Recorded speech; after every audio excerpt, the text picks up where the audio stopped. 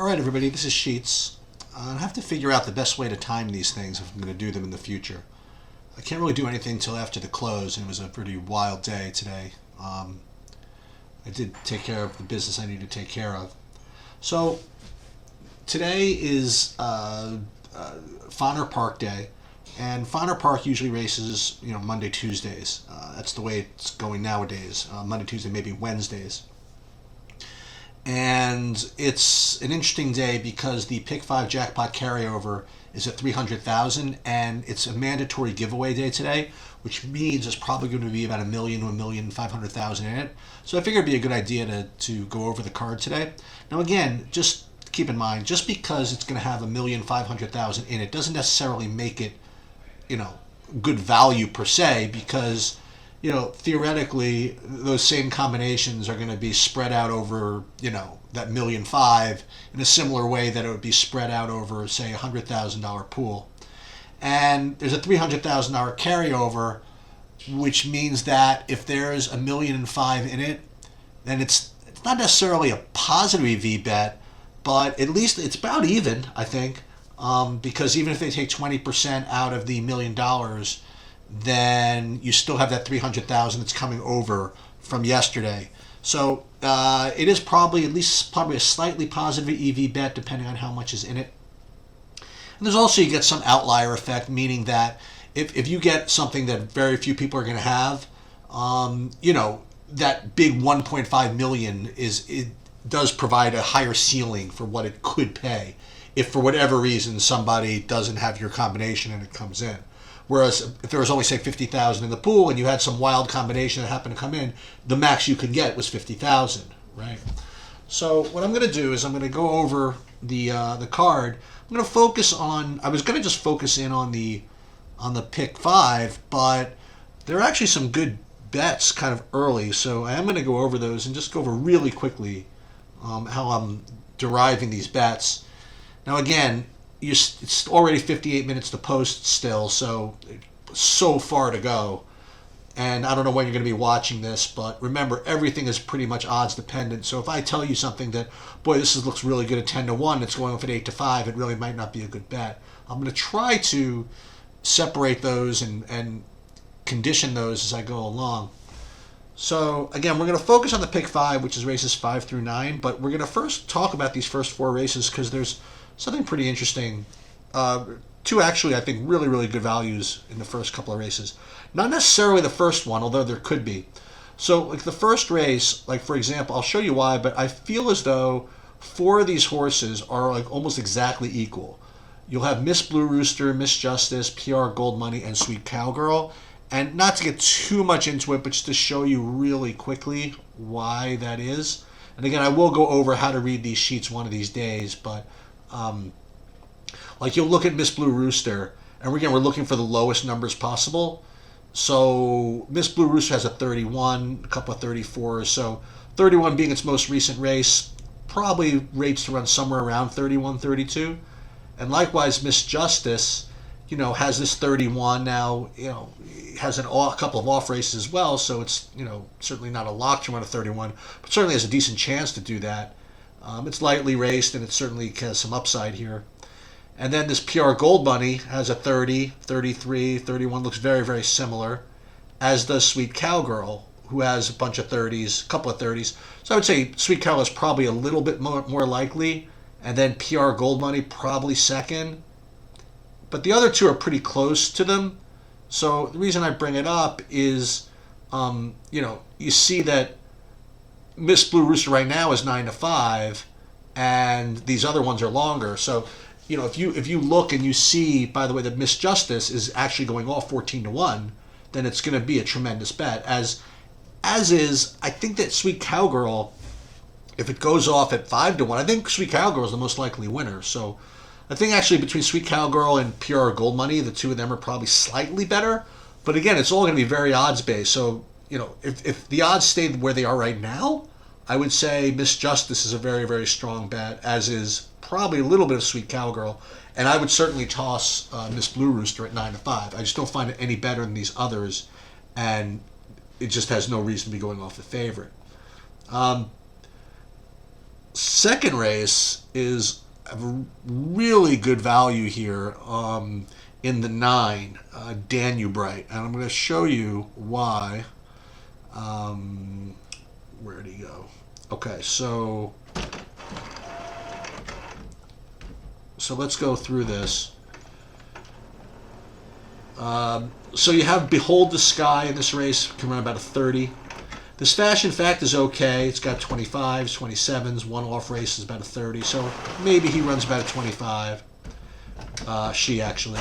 Adverse Possession, very slow, very bad. This one, Dreaming of Diamonds, pretty good with a 24, 27. So it's very similar to the first one. And likewise, Emma Silver Rose at a 25, 24 looks pretty good too. This Sabrera is probably a little worse with 28 and 27, so that's what you're looking for, like a 24 and 25. And then this Gone with the Breeze looks also very similar, this 24 and 26. So you have like 4 horses that are all rated to run about the same 24. Then this Dublin in the Money can run about a 26, a little bit worse.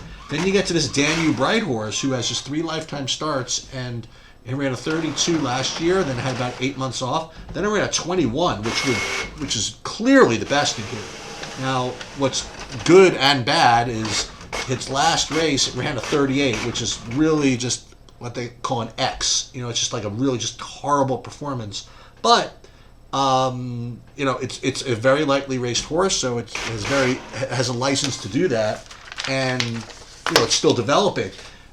The other thing is that what we'll learn is that fillies are usually more likely to react than the boys. So, if this was a male horse and it bounced to a 38, I would really be more concerned. But this is a lightly raced filly. It ran this 21, and it has this off race here at a big price. This is an incredible bit of value here, and you'll see that it's actually 10 to 1. So, if it were me, what I would do is I would key this 9, and then with all those other horses that I like this Fashion Fact at 12 to 1, very good value. Dreaming Diamonds, not so great value, 4 to 1. Emma's Silver Rose and what's his name? Dublin in the Money, Sabrera. Now, what I would do is I'd put Danubrite on top of all those guys in the exactas. I'd use her in second, and then what I might do is of these other horses that are all equal. Once again, you'll look at Dublin in the Money and Fashion Fact are just as good as that other tier, and they're both 15 to 1. So in case Danubrite doesn't show up, maybe I get a little bit of exposure to Dublin in the Money or Fashion Fact. So it'd be the 9 is certainly the key, and then 2, 8 would be the next ones. And you could use them in pick 3s or even the early pick 5 or daily doubles with the first race if you wanted to do that. Or if you wanted to be really aggressive, you could do an exacta box with just those 3, Dublin in the Money, Danubrite, and Fashion Fact. And this way, if Danubrite just doesn't run, it just bounces again, or just maybe that 21 was just an outlier, then you have these 2 really strong values that could run 1-2 pretty easily. And when I say easily, maybe 1 out of 50 times they're going to run 1-2, but the exacta between those 2 could pay like $150. So that's what I would do. I think that's another very, very strong bit of value at Fonner in the second race. The third race is also a race where I think there's some value. And they, it's not that these horses that I like are so good, but they're just a little bit better than the others. So first one I'm looking at is Arch Seeker. Arch Seeker ran a 27 as a 2-year-old, and then it was just basically crippled. I mean, it just ran one other race, then a year off, 6 months off, then a 37, then like a full year off. Then it had this 45, but then it got back to this 27, which is actually a really big deal. So it's very, very strong if, in fact, that's all you need to win is a 27. And as you look through these other horses, Wild World has no hope of 27. Wild Paint, maybe. You have Walker's Bullet, not really. And this other horse, Witt's Hurricane, is the only other horse which is good and has a chance to run this 27 because you'll see it ran a 22 over here, which is clearly the best number, and then a 27 here on the turf. But, you see these 2 kind of off races kind of act against him. But I will say that certainly is the second horse. unless anybody else can get a 27 out of this. All right, Talk Big Money's not the worst. It's got a 24 back here, then a 29. So I say Talk the Money's maybe third best. And then you got nobody else that's really running under a 30. So for me, you go back to the odds of this race and see the one at 8-1. And then you have this Wits Hurricane at 6-1. I think that you could certainly key the one in this race. And like I said, it's up to you how you want to play it, but you could bet it to win. You could play it with Wits Hurricane with Exacta. You could box it, 1-5, or you could use this Talk Big Money and go, you could box all three of them, 1, 5, and 6. This 7 horse, which I didn't even like at all, is the morning line favorite, so you can get away with doing a lot of stuff here. Or you can go back to those first couple of races and do, like, let's see, depending on what kind of races, bets they offer here. Like here, there's a pick 3. You could start second race into the third race, and we'll find something in the fourth. And you'll see this first leg, this first race, again, is beginning of an early pick 5. And that's not the one with the big carryover, but you have all this value in the first 3 races. So you can create a pick 5 that, even though it's not the big $1.5 million one, you certainly will get incredible value out of that if you can find something, to do in the 4th and 5th race. So let's move on to it just for the sake of it. And as we go through it, you'll see that actually those first 4 races or those 3 races are actually better than the rest of it. So even though this $1.5 million thing is this big pool, it's not the greatest bit of value as with respect to what horses look good. I mean, there's inherent good value in betting it, but as you'll see, I mean, there's not a lot of really strong opinions there. So in the 4th race, I really liked a whole bunch of horses. I think I liked 1, 2, 4, 5, and 6. And I'll show you, I'll go through them in the 4th race here. So you look at Astonishing Tweet, has a couple of 24s here. So that's our kind of baseline. This Trask with a 24. This kind of King of Anything with almost 24. Classic Czar with a 24. Now this one, Rule the Night, is the interesting one because this one does have this 19, which puts it, and if it runs it, significantly better than anybody that's running a 24. But the problem is the 7-year-old who just runs this 19 just kind of out of nowhere. So it's not that likely to run it again. But then you have Little Apollo, Como Se Llama, Spur. Almost everybody has a chance to win this race. So, I mean, what I would do, I really wouldn't bet this at all. I mean, if anything, maybe Rule the Night would be the best. And you'd have to kind of see what the odds are to see what you wanted to do. But in the meanwhile, I would just go ahead and just do all these others, like 1, 2, 4, 5, 6. I forgot what it was, the 78, right? Little Apollo and Como Se Llama. Let's look at that one again before I just lose track of that. I think I must have missed that in my first thing. Yeah, Williston's Dude, Spur, Como Se Llama. Pretty much, I would say everybody has a chance except maybe Little Quarter Shoot. So that's what I would do. I would actually go all, or some variation of that. Actually, all definitely makes sense. So almost all with no 3. So I'm just going to write this down so when I put these in, all no 3.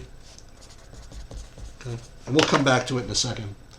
Now you move ahead to the 5th race, which is the beginning of the pick 5, that big one. And unfortunately, or fortunately, depending on the way you look at it, this is an awful, awful race with very little that you can do to get yourself some good opinions. But let's take a look at it. Crimson Jet has a 27 and 28, so that's kind of our baseline. Dazzleman's a little better. So Dazzleman has the 22 and 24, so that's really what we're looking for. Now here's Diesel's Prize was a chance. So it only ran a 27, but it's got all these numbers last year that win, so you got to use it. Same thing here, this Fat Tire, it's got this 30, but all these numbers last year that have a shot. So when you're playing the pick 5 and you just want to just get through it, you're going to have to kind of play as many horses that have a chance in these types of races. So Air Assault's another one. Even a little bit of Tristan's Dream, but I don't think I'm going to go there. Elusive Blue Boy, right? It's got only 25s here, but all these numbers last year that win. So from a betting perspective, I mean, a lot of horses have a chance. So what I would do is I would, you want to start building this, or I'm going to start building this. What we're going to do is we're going to go wager, pick 5. What it would like 1, 2, 4, 5, 6, 8. Is that right? 1, 2, 4, 5, 6, 8, and then 9, 10, like all of these. And we even like Tristan's Dream a little bit, right? So for the purposes of this, we'll throw them in. So it's basically almost all there. So it's not really, a lot of help. So which means we're going to have to come up with some kind of opinions in these other races. Now, in the 6th race, okay, so here's the thing. I got to go to the 6th race here.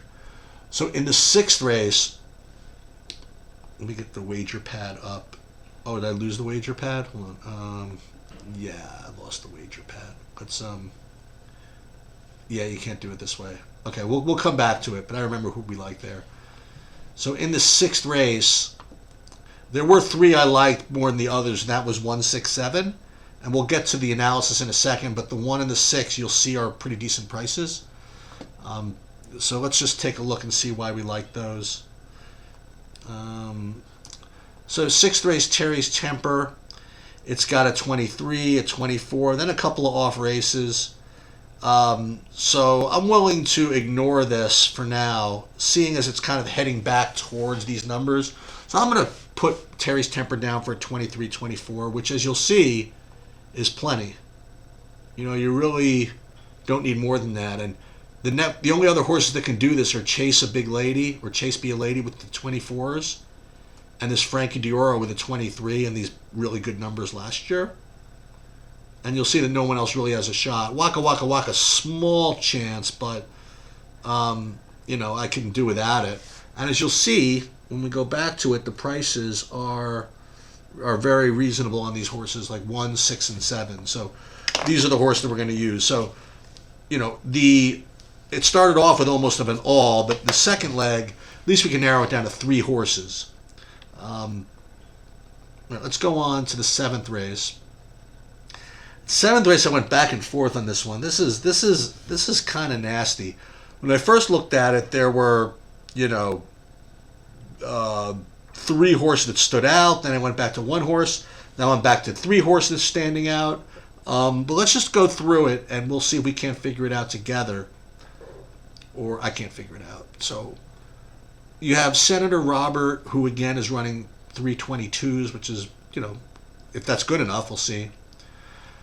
And so Choir Director, he's a little better than that, sort of. He's got a 20 and 24, but he's got all these numbers last year that all are just really good. The problem is it's an 8-year-old, so that means it's possible it's just finished. So I'm not going to take a big stand on Choir Director here.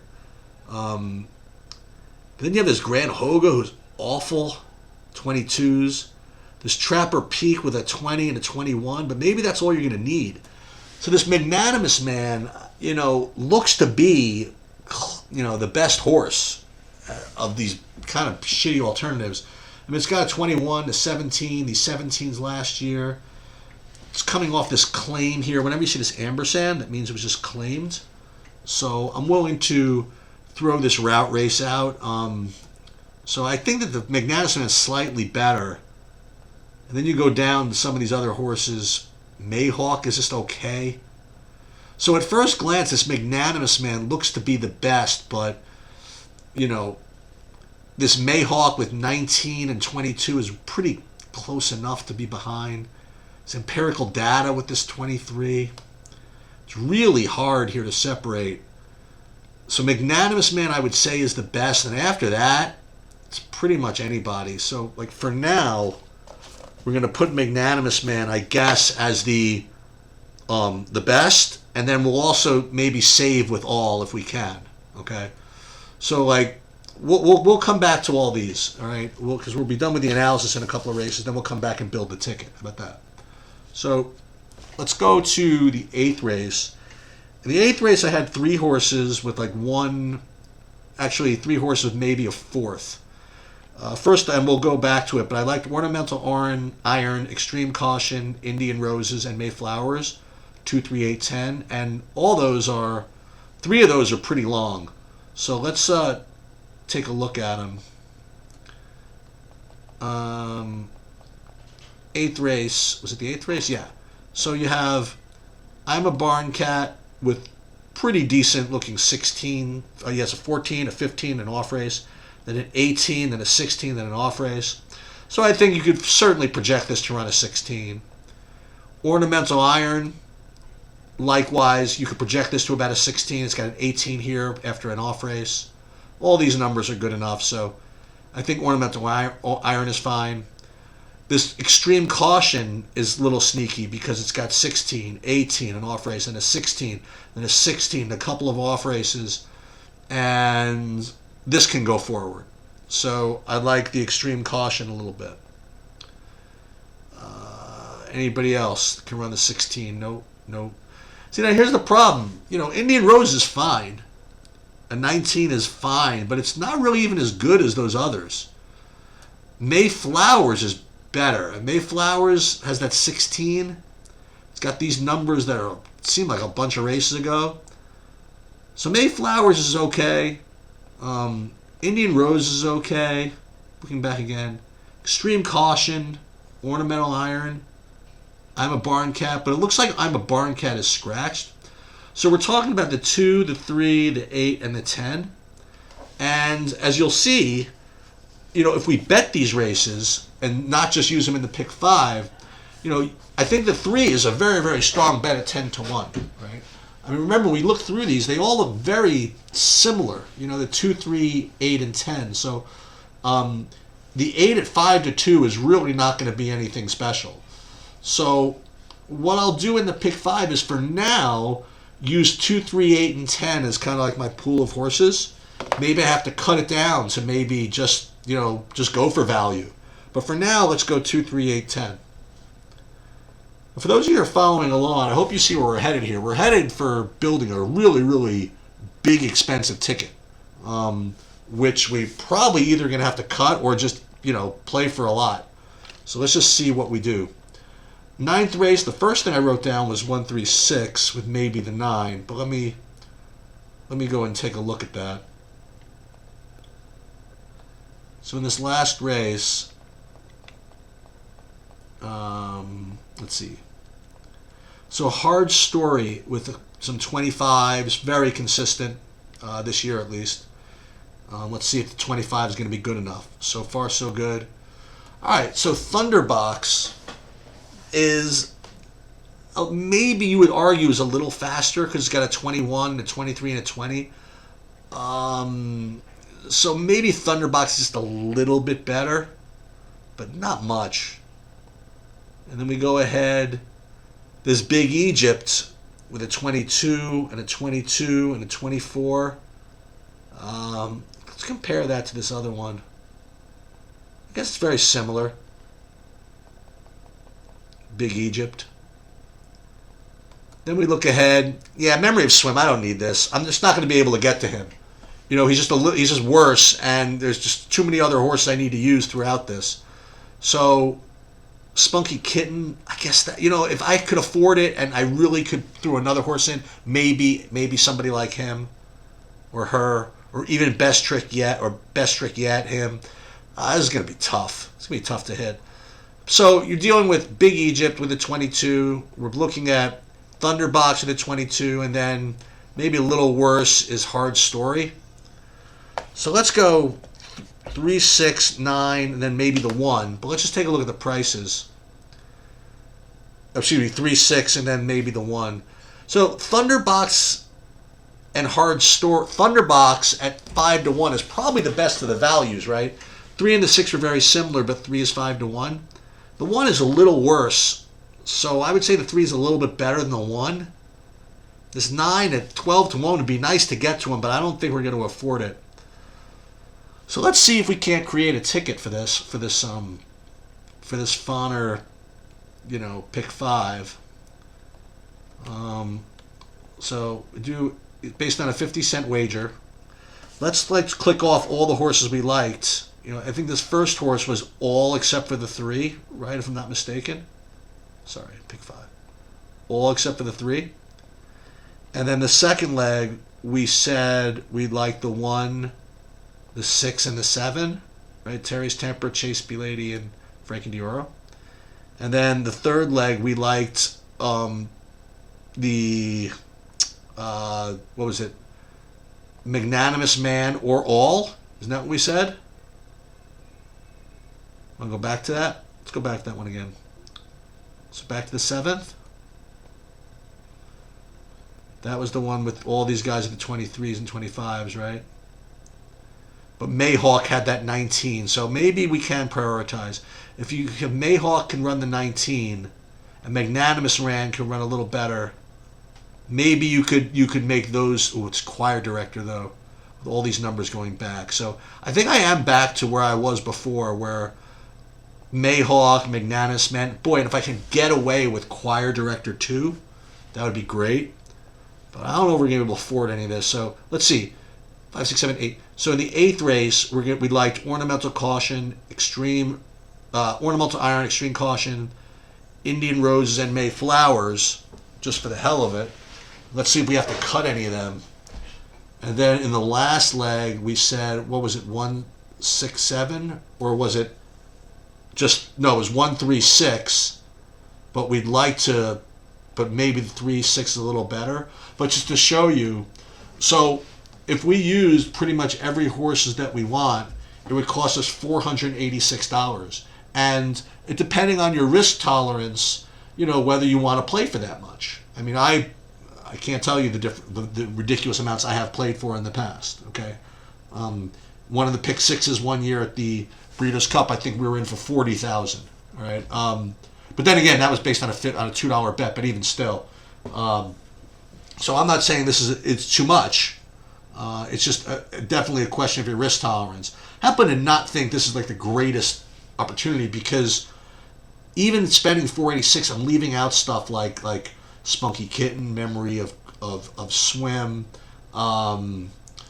Who else was not too big a fan of? Like this race here, remember, with the Mayhawk.